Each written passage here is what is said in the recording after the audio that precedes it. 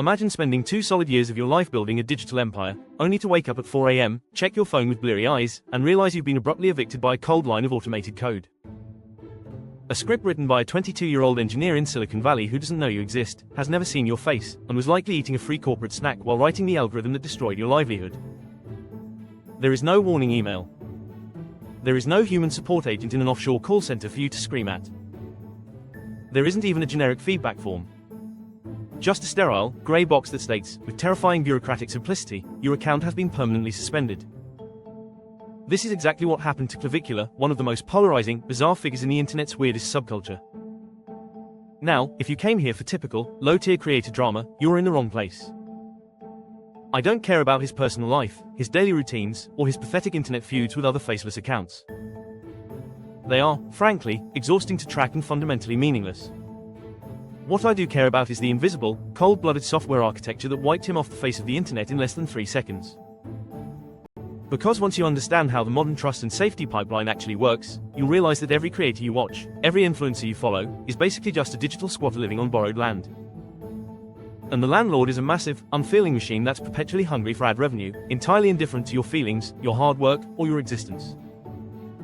To truly understand why he got deleted, you have to dissect the specific product he was selling to the masses. It's called looks maxing. If you aren't a chronically online teenage guy, congratulations on having a functional life. I sincerely envy you. For everyone else trapped in the digital trenches, looks maxing is a subculture where young men treat their human bodies less like biological organisms and more like a corporate Excel spreadsheet.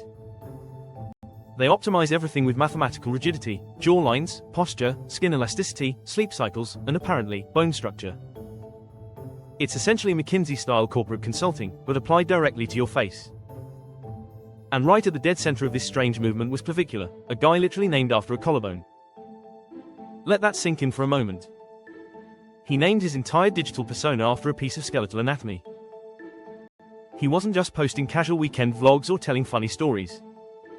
He built a highly repeatable, high-retention content machine that tapped into a massive, fanatical demographic of young guys who were desperate for a rigid blueprint to avoid feeling invisible in a crowded world.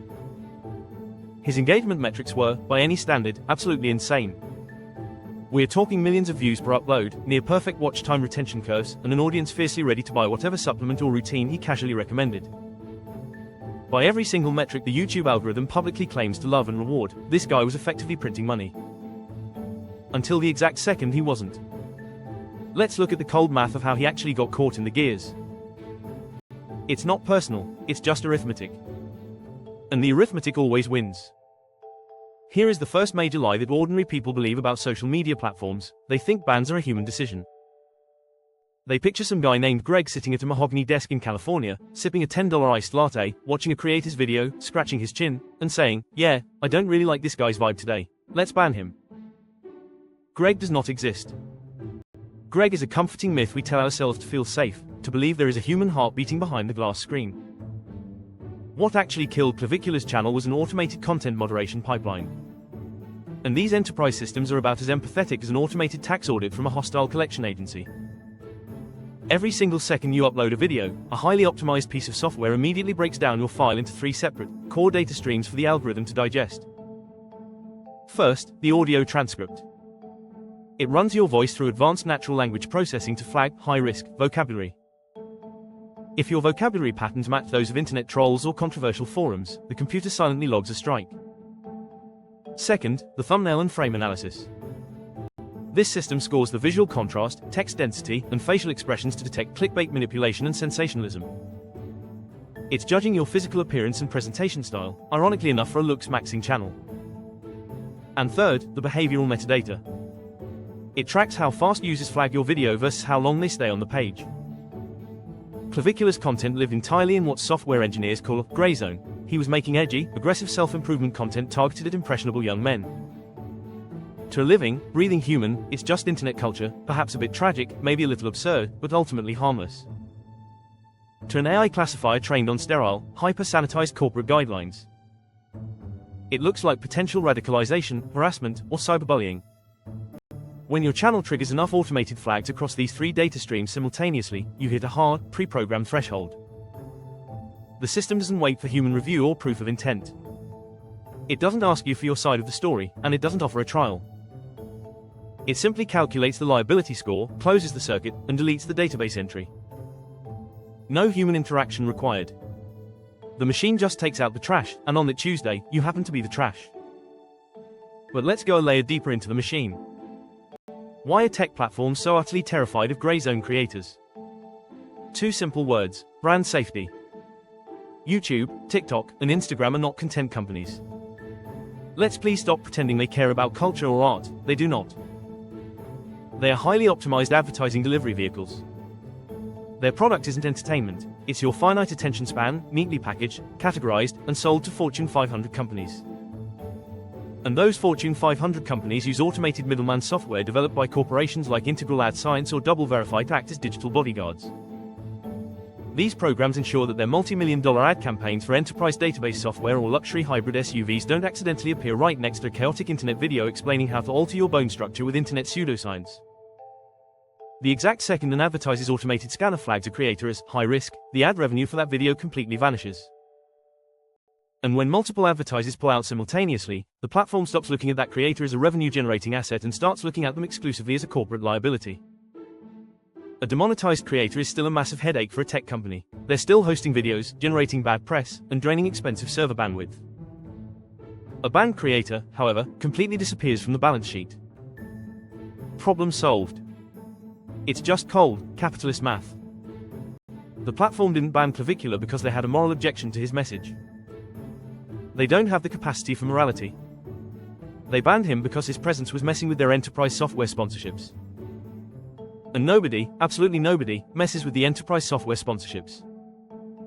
So, what's the actual B2B business takeaway from this entire multi-million-dollar disaster? If 90% of your business revenue depends entirely on a single platform's algorithm, you do not own a business. You simply own a lottery ticket that the state can cancel at any time without giving you a reason. In corporate architecture, this is known as a single point of failure. And it is, without question, the dumbest strategic mistake an entrepreneur can make. Sophisticated digital operations don't rely blindly on discovery algorithms, they intentionally build a robust multi-platform distribution stack. Here's the specific blueprint they use to remain functionally unbannable, structured like a neat, corporate pyramid. At the absolute top, you have the raw discovery layer. This is your YouTube, your TikTok, your Instagram Reels. It is high risk, high reward, but you own exactly 0% of it. It is entirely borrowed land, and you can be kicked off it at the whim of an update. In the middle, you have audience retention. This is your Discord server, your community forums, your private groups. You own maybe 50% of this space. It's rented land, but at least you have a signed lease and some control over the doors. And at the very bottom, the foundational bedrock, you have revenue and direct access. This is your proprietary email list. Your private, self-hosted media server. Your direct billing system. You own 100% of this. It is your owned asset, protected by law and independent of any Silicon Valley algorithm. Clavicular's fatal flaw wasn't his content, as weird and niche as it was. His flaw was his infrastructure. He built a massive, towering audience on the top layer, but he completely forgot to funnel them down to an asset he actually owned. When the top layer flipped the digital switch, his entire cash flow evaporated into thin air overnight. He had a massive audience, sure, but he didn't have a system. And in the modern digital economy, the better system always wins. Every single time. Every digital empire that collapses under its own weight leaves behind a very clear, legible blueprint of its errors. Usually, it's written entirely in red corporate ink. Clavicular wasn't a victim of some grand, shadowy conspiracy. There were no men in dark suits orchestrating his downfall in a smoke-filled room. He was just a guy who tried to play a high-stakes, high-revenue game on rented land using a fundamentally broken business model. The platforms are not your friends, and the algorithms are never neutral. They are highly tuned economic engines designed to protect corporate cash flow and keep institutional shareholders mildly amused quarterly. If you want to build something that actually lasts in this chaotic space, stop focusing so heavily on getting attention, and start focusing intensely on the infrastructure behind the attention. Because getting famous is easy. Any teenager with a smartphone and a bizarre gimmick can do it in a weekend. Staying unbannable. That's real business. If you want the actual systems data behind the internet's biggest digital empires and their inevitable, hilarious downfalls, hit the subscribe button. Or don't. Rise and amp, ruin. See you next week. assuming our channel hasn't been deleted by the machine by then.